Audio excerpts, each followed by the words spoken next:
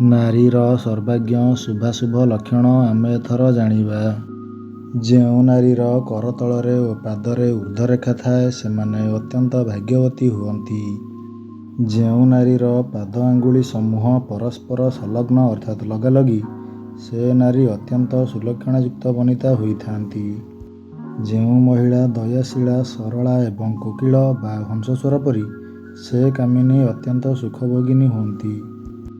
ଯେଉଁ ନାରୀର ଅଙ୍ଗ କୋମଳ ଯିଏ ମୃଗନୟନା ମୃଗଜାନୁ ଏବଂ ମୃଗଧରୀ ସେ ଅତ୍ୟନ୍ତ ସୌଭାଗ୍ୟଶାଳିନୀ ହୁଅନ୍ତି।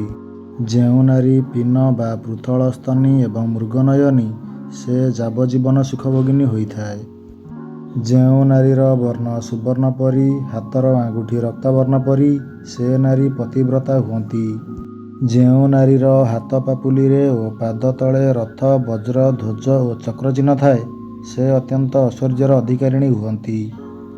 ଯେଉଁ ନାରୀ ଗୌରାଙ୍ଗ ବା କୃଷ୍ଣବର୍ଣ୍ଣା ଯାହାର ଅଙ୍ଗ ବଦନ ସ୍ତନ ଓ ମସ୍ତକ ସ୍ନିଗ୍ଧ ସେ ଚିରଦିନ ସୁଖ ଭୋଗ କରେ।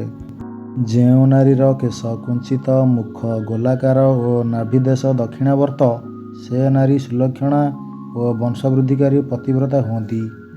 ଯେଉଁ ନାରୀର ମସ୍ତକ ସମାନକାର ହୃଦୟ ଏବଂ ଲଲାଟ ସମାନ ସେହି ନାରୀ ସୁଲକ୍ଷଣା ଅଟନ୍ତି।